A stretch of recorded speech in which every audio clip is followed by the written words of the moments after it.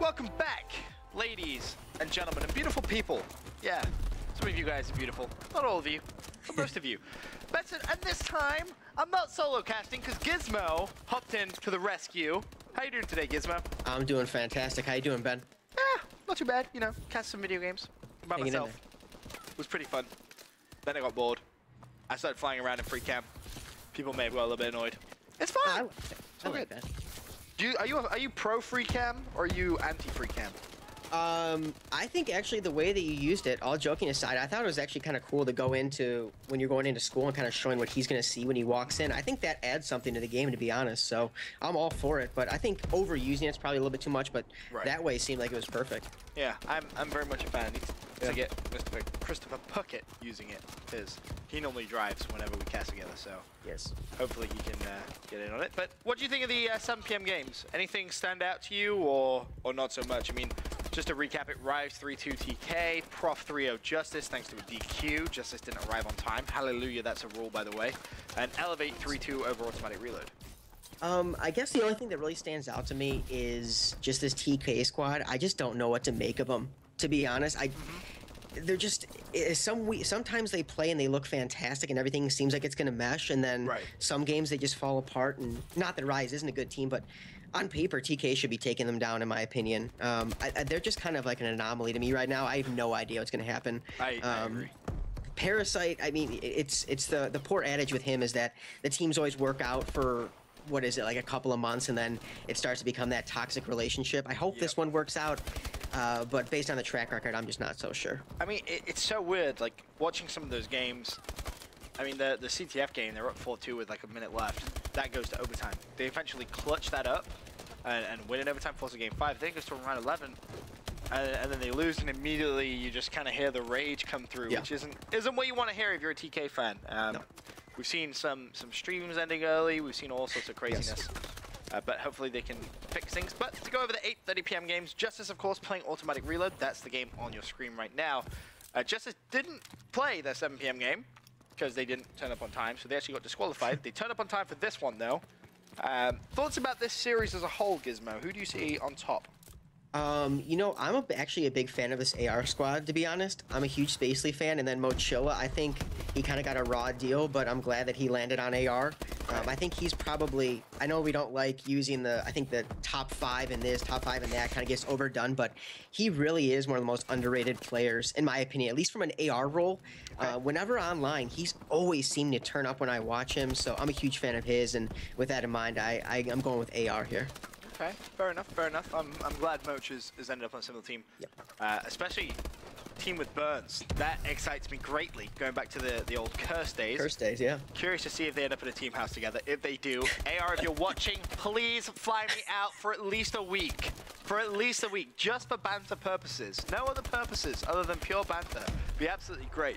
But moving on, in 8:30 p.m. games, Team Caliber versus Elevate. Elevate now extending to 6 straight loss. In fact, no, I lie. They beat automatic reload. What am I on about? Getting their first win. But coming into today, we're on a 5-loss streak. Playing TK, who just lost in round 11 against Rise. Does Elevate go 2-0 on the night here? I'm gonna say yes. I'm actually a fan of Elevate too, and I think one of the only reasons why is you get those bad vibes going after you could have potentially blown the game in that CTF, and then you do blow it in the S&D, and then you start seeing the bickering going on. I think the bad vibes, I'm going to go with Elevate. They started off the Pro League extremely well, if I remember correctly, and they've kind of gone into a bit of a slump now, but I think they're going to get it back on. There's too much talent on that team for them to stay down this long. There really is a lot of talent. I mean, they played a lot of games with a substitute, and you can kind of look at that 5-game loss streak as maybe that had something to do with it. But they were second in the Pro League for a very long time. MV finally overtaking them. Maybe tonight they can try and get back into that second place spot. We'll need a 2-0 night from them, though, to make that happen. Then, of course, the final game of the evening, Rise play Prophecy.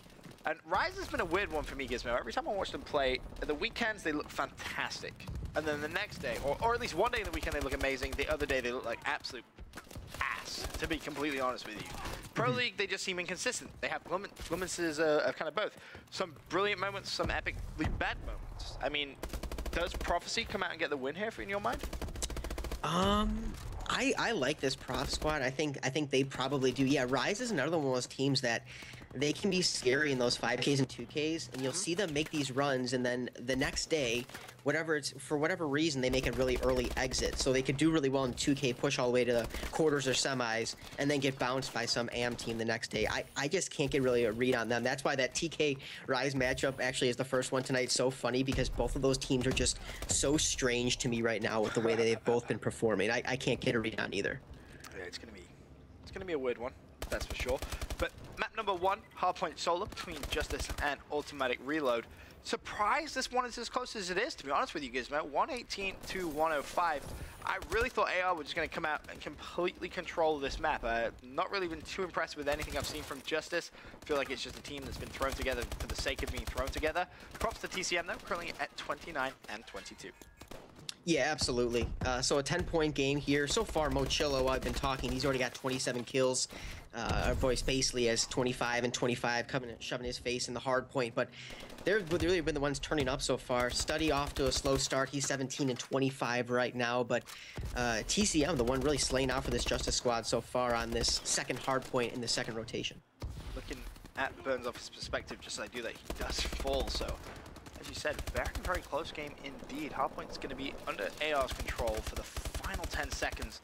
And to their credit, they managed to lock down the next spawn. You see those blue arrows just still spawning at the opposite side of the map. This is going to be a big, treacherous journey for them now as they rotate over towards this next hardpoint. AR going to pick up a lot of free time, and Spacely managing to win the first gunfight. And Tisty as well, he picks up a kill. Study trying to wrap around the outside here and try and break onto this hill. He falls, and AR, as I said, picking up a lot of early time. Yeah, I was watching Mochillo. He just got dropped inside the hard point. Now I'm on board with Study as he's going to try and push through here and get a little bit of time. But he's dropped. The kill feed was pretty much all red there for a second. But JusTus TCM with a huge two-piece there. And now Mochillo coming back with the AR. Mochillo's got 32 kills inside the hard point. Make that a two-piece as he drops Study big door. He spotted another one. He tags him up, but he doesn't get the kill. That kill feed right now, all AR. This one kind of slipping away, and you hit it on the head when we were starting this hill, Ben. You saw the blue arrow spawning on the exact opposite end of the map. This is one of the hills on this map that you can really add up a bunch of time, and if you don't get that spawn going towards the garage, you're in big trouble. And now you're already starting to see them rotate to the other complete opposite side of the map up here near the cars. This is another one that if you can start spawning them back out towards that garage side, you could really add up some time. It looks like JusTus, though, gets there first. Let's see if they can add on a little bit of time. It's funny because both those hard points are kind of one after each other. So you see AR basically lock that down for the full time, picking up a full 60 seconds, bar some contention time here and there, but JusTus didn't pick up a single scrap of time. However, AR have broken through. Now can they try and lock this hill down? Doesn't look like it. Study picking up a couple of kills, as did Merc. So hardpoint still under JusTus control. 195 to 137 game with a minute 20 seconds still to play. And TCM stomps on Spacely to add some injury there to the fact that that car blew up, picked up a kill of its own. Octane from distance, trying to throw out some grenades. He turns around, looks up towards Dirt Road. Hardpoint currently contested. He drops, burns off on the hill. Currently on a 4 streak. Looking good for AR to win map number 1. Yeah, I think this one's already mathematically impossible. I didn't get great grades in math in school, but I think this one's pretty much done there.